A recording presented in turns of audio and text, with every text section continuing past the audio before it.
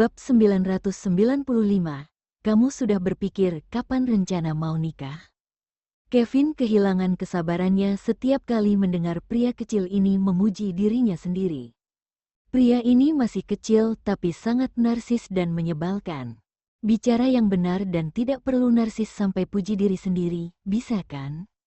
Si kecil memiringkan kepalanya, mengedipkan matanya yang indah dengan ekspresi polos. Paman, yang aku katakan itu benar kok. Kalau aku ini emang pintar, imut, tampan dan menawan. Tidak, Kevin menyangkalnya. Clayton mendengus dan berpikir, bodoh amat deh. Lebih baik tanya ke orang lain dan tidak usah peduli pada pria tua ini. Paman, kamu sudah berencana kapan akan menikahi Kak Karina? Si kecil mengubah topik pembicaraan. Anak kecil tidak boleh tanya urusan orang dewasa. Katanya, Paman, aku akan bantu kamu kejar Kak Karina.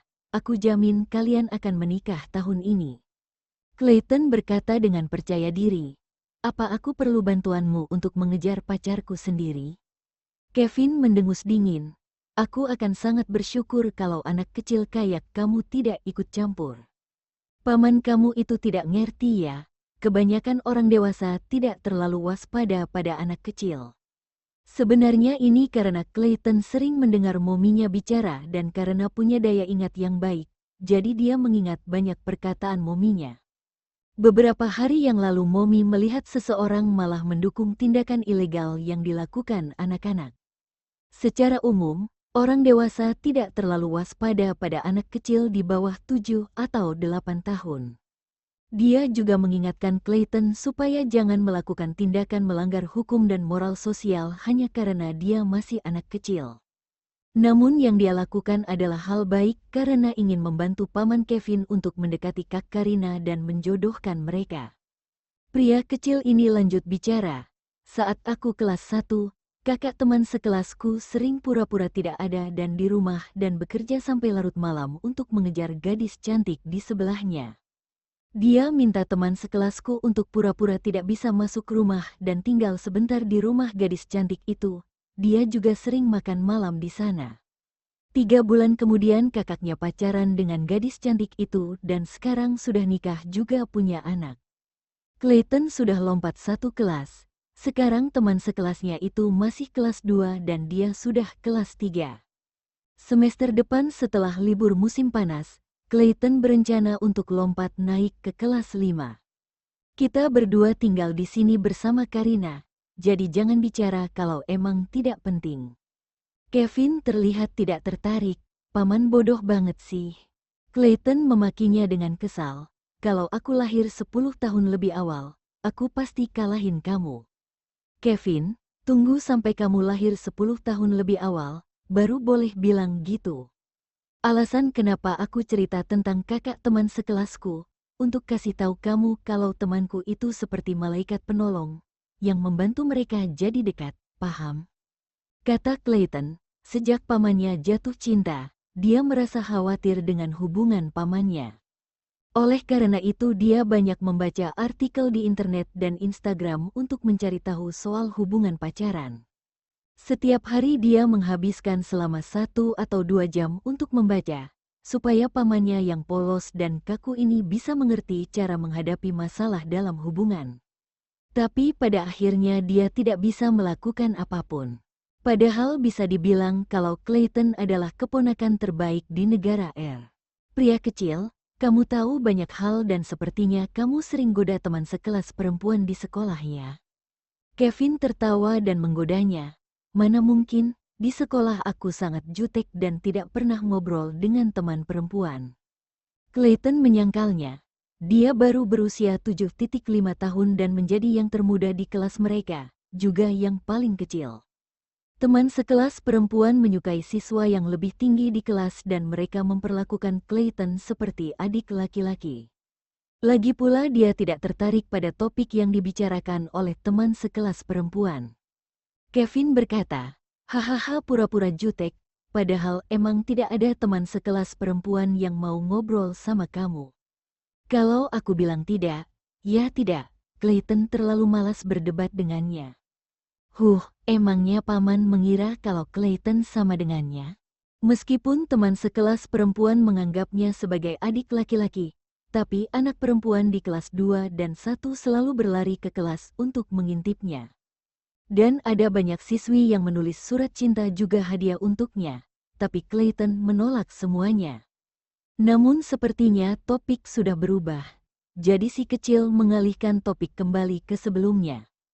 Jangan bahas itu, kembali ke topik sebelumnya. Paman, saat aku bicara dengan Kak Karina, aku bisa merasakan kalau dia suka kamu. Aku kasih tahu dia kalau ada gadis cantik bicara padamu dan ekspresi wajahnya sangat menyeramkan. Seolah-olah dia mau meledakkan kepalamu. Clayton berkata, kalau kamu suka seseorang dan tentu saja akan sangat peduli soal pacarnya bicara dengan lawan jenis. Sama seperti Daddy, jika dia melihat ada pria aneh yang bicara dengan Mommy untuk menanyakan arah, ekspresi Daddy-nya langsung berubah muram. Begitu juga paman ketiga. Sekarang ibu angkat Albert tidak boleh syuting adegan mesra, adegan pelukan apalagi ciuman dengan artis pria. Kalau memang ada adegan mesra, dia harus menggunakan peran pengganti. Jangan khawatir tentang hubunganku, Kevin menolak dengan dingin. Meminta seorang anak berusia 7 atau 8 tahun untuk membantu mengejar pacarnya. Kalau informasi ini menyebar dia pasti akan ditertawakan. Oke, bodoh amat deh. Clayton mengubah topik pembicaraan dan akhirnya mengatakan tujuannya. Paman, aku bosan makan siang menu di kantin sekolah. Besok aku mau bawa bento. Kayaknya Dea juga mau deh. Jadi kalau nanti sore kamu pergi belanja, jangan lupa beli bahan lebih banyak dan kotak makan siang ya. Ya tentu saja kalau besok kamu tidak sibuk, tolong bantu bikin bekal makan siangku ya. Clayton dan Dea bersekolah di sekolah orang kaya. Keluarga Okto juga menyumbangkan sejumlah uang sebagai biaya tambahan makan siang, sehingga makan siangnya menjadi lebih bervariasi, bahkan rasanya mirip dengan restoran dan menu setiap minggunya berbeda. Tapi dia terus makan menu kantin yang dimasak oleh juru masak yang sama selama setahun dan merasa sedikit bosan. Oh, jadi ini alasan kamu bantu aku, kan? Kevin menebak tujuannya. Paman, kok kamu mikir gitu sih? Aku berpikir karena kamu tidak bilang terima kasih padahal aku sudah bantu jodohin kamu sama Kak Karina. Jadi aku tanya apakah kamu mau melakukan sesuatu untukku. Kalau kayak gini kita jadi tidak punya hutang budi. Clayton dengan tegas menolak untuk mengaku kalau dia punya alasan tersembunyi. Lalu melompat dari sofa dan berlari menuju tempat tidur. Aku mau tidur siang. Menu untuk bekal makan siang besok, aku akan kasih tahu kamu ketika aku bangun. Setelah selesai bicara, Clayton naik ke tempat tidur, menutupi dirinya dengan selimut dan pura-pura tertidur dalam hitungan detik. Kevin menggelengkan kepala sambil tersenyum tidak berdaya. Dia menatap beberapa detik ke arah si kecil yang pura-pura tidur. Tapi bulu matanya terus bergerak. Setelah itu, Kevin berbalik dan keluar kamar. Bab 996. Apakah pria itu suamimu? Karina mencuci piring, membersihkan dapur lalu berjalan ke ruang tamu dan melihat Kevin. Dia bertanya, "Di mana Clayton?" Kembali ke kamar untuk tidur selang. Jawab Kevin, "Oh," Karian mengangguk, "aku mau jalan-jalan dulu." Sekarang dia tidak berani duduk di sofa setelah makan. Dia akan tidur jam 11 malam. Bangun jam 7 pagi. Karina tidur selama 8 jam dan sebelumnya akan tidur siang selama 1 jam sampai 1,5 jam. Tapi sejak tahu kalau berat badannya naik 4,5 kg, dia tidak tidur siang lagi. Karina akan pergi jalan-jalan setelah makan atau jalan-jalan di sekitar rumah. Entah kenapa Kevin jadi teringat perkataan pria kecil itu bahwa dia harus sering pergi keluar dengan Karina supaya orang lain tahu kalau Karina sudah punya pacar dan tidak akan mendekatinya. Jadi dia berkata, "Aku temani ya." Karina menatapnya dengan heran. Kenapa hari ini tiba-tiba Kevin punya waktu luang untuk menemaninya jalan-jalan? Biasanya dia hanya akan diam di rumah dan melihat Karina yang berjalan di luar saat udara dingin. Tiba-tiba teringat perkataan Clayton padanya ketika pergi belanja di pagi hari. Dia berkata bahwa harus sering pergi bersama Kevin supaya semua orang tahu kalau pria itu sudah punya pacar. Meskipun ingin pergi keluar bersamanya, Karina merasa sesuatu di dalam hatinya yang tidak bisa dijelaskan, tapi tetap setuju. Kevin tidak banyak bicara dan tidak berinisiatif mencari topik. Untuk sesaat Karina juga tidak tahu mau bicara apa dan mereka berdua berjalan tanpa bicara. Tiba-tiba Kevin memegang tangannya. Karina terkejut dan beberapa kali berusaha melepaskan, tapi semakin kuat dia menarik tangannya, semakin erat Kevin memegangnya. "Jangan gerak," kata Kevin dengan suara rendah. Karina, kenapa dia merasakan sesuatu yang tidak bisa diungkapkan hanya dengan mendengarnya mengatakan itu? Keduanya berjalan sebentar. Karina berkata, itu telapak tanganku berkeringat." Dia sengaja mengatakan ini supaya Kevin melepaskan tangannya. Ini adalah pertama kalinya Karina berjalan dengannya dan bergandengan tangan di luar. Dia merasa gugup dan jantungnya berdebar. Setiap kali ada orang di lingkungan itu yang melihatnya, tubuhnya terasa panas. Biasanya telapak tangan berkeringat, tangan terasa panas itu karena masalah jantung atau kurang minum. "Nanti ketika sampai di rumah aku akan cek denyut nadimu dan kasih resep obat," kata Kevin dengan serius. Karina, sebenarnya detak jantungnya hampir 150. Dia sangat gugup hingga telapak tangannya berkeringat. "Oke. Apanya yang sakit jantung dan kurang minum?" Sepertinya Kevin mencari alasan supaya Karina minum obat. Pria tua ini memang jahat. "Tidak, aku berkeringat karena berjalan," katanya. Mendengar ini Kevin menggosok telapak tangan Karina ke pakaiannya untuk menyeka keringat dan kemudian melepaskan tangannya. Karina merasa pipinya jadi sedikit panas dan perilaku Kevin ini membuatnya merasa sedikit hangat. "Karina, minggu ini kamu mau menemui nenek?" Kevin mencari topik. "Kenapa tanya gitu?" Dia bertanya dengan waspada. Dia berkata, "Kebetulan Nenek River satu lingkungan dengan rumahku dan bangunannya sama dengan keluargaku. Lagi pula aku sudah lama belum ketemu dengannya." Ini maksudnya Kevin mau bertemu dengan neneknya? Menurut apa yang dia ketahui tentang neneknya, setelah Kevin menemui tetua maka hal yang terjadi selanjutnya adalah mendesak untuk menikah. Kemarin Karina pergi menemui neneknya dan neneknya dengan bersemangat menyarankan bahwa usia terbaik untuk menikah adalah 25 tahun, dan tidak baik menikah paling terakhir karena dia satu-satunya anak perempuan. Karina berulang tahun pada bulan November dan sekarang sudah lebih dari bulan Februari. Dia akan berusia 25 tahun ketika berulang tahun di bulan November. Jika menurut pendapat neneknya, maka Karina harus menikah dengan pria ini sebelum November? Tidak mungkin. Mungkin kalau ini memang ide neneknya, dia tidak akan mengeluh. "Karina, aku tidak menemuinya akhir pekan ini.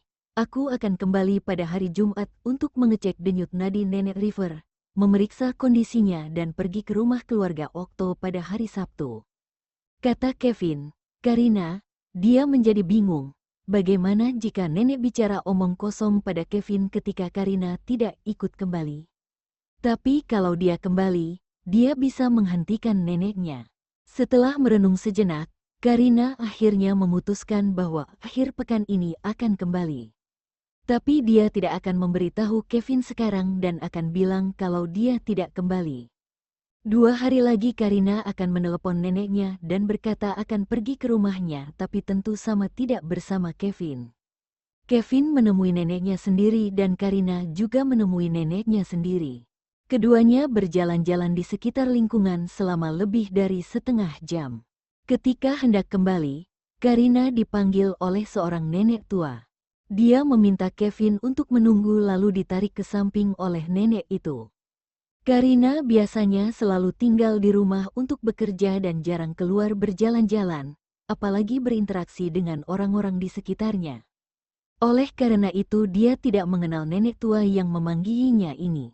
"Hei nak, pria itu suamimu ya?" Nenek itu melirik Kevin yang tidak jauh darinya dan berbisik. Karina ingin menjelaskan. "Dia itu Pa." Tapi sebelum selesai bicara, nenek itu langsung berkata, aduh lebih baik putus deh daripada harus cerai. Aku harus kasih tahu kamu, tadi pagi waktu aku belanja di supermarket, aku lihat suamimu ngobrol sama gadis-gadis muda yang cantik. Nenek itu berhenti sejenak, mendongak untuk menatap Karina selama beberapa saat. Kemudian lanjut berbicara, gadis itu bahkan tidak secantik kamu, suamimu mikir apa sih? Padahal sudah punya istri secantik kamu. Aku juga dengar putramu yang ganteng itu bilang kalau gadis cantik yang ngobrol sama suamimu tadi adalah korban ke-30. Bukan, ke-39. Hei nak, kenapa kamu masih mau sama pria kayak gitu? Kalau khawatir tidak punya suami lagi, aku bisa kenalkan cucuku padamu. Aku kasih tahu ya, cucuku tahun ini berumur 27 tahun dan punya karir yang sukses di usia muda. Gaji bulanannya setelah pajak itu lebih dari 60 juta, dia juga tampan dan sangat baik. Sebelumnya aku pernah lihat kamu beberapa kali dari kejauhan, aku sangat menyukaimu. Aku pikir kamu masih single tapi ternyata tidak. Tapi kalau kamu cerai, aku tidak akan keberatan kalau cucuku nikah sama kamu. Karina merasa geli dengan kata-kata nenek itu. Dalam hatinya berpikir, nenek tua ini open-minded banget. Padahal dia baru lihat aku beberapa kali dari kejauhan dan tidak benar-benar mengenalku. Tapi mau aku jadi cucu menantunya. Karina tersenyum dan menghela nafas. Nenek, makasih udah kasih tahu aku. Aku juga sudah dengar dari anakku. Tapi ada pepatah harus memaafkan 70 kali 7 dan ini baru ke-40 kali aku memutuskan untuk memaafkannya terakhir kali. Tapi kalau terjadi lagi aku pasti akan menceraikannya. Hei kamu itu bukan pemaaf. Tapi bodoh, di dunia ini ada banyak pria. Bahkan kalau kamu cerai, kamu bisa cari yang lebih baik. Kenapa kamu masih mau hidup bersama pria tua yang suka selingkuh? Nenek tua itu menghela nafas dengan kesal. Karina berkata sambil tersenyum. Aku mencintainya dan tentu saja aku akan memaafkannya sekali lagi. Nenek tua itu melambaikan tangannya dan berkata, kamu bilang kalau sekali lagi akan cerai. Tapi kamu sudah maafkan dia lebih dari 30 kali. Jadi lain kali kamu pasti maafkan dia lagi. Sama kayak pasangan di sebelah rumahku, suaminya sering memukulinya ketika dia mabuk atau kesal karena pekerjaan. Wanita itu selalu bilang mau cerai. Tapi ketika polisi datang beberapa kali untuk menengahi, dia tidak benar-benar bercerai. Padahal mereka selalu mengucapkan kata-kata kasar ketika marah dan ketika amarahnya reda, berpura-pura seperti tidak terjadi apapun.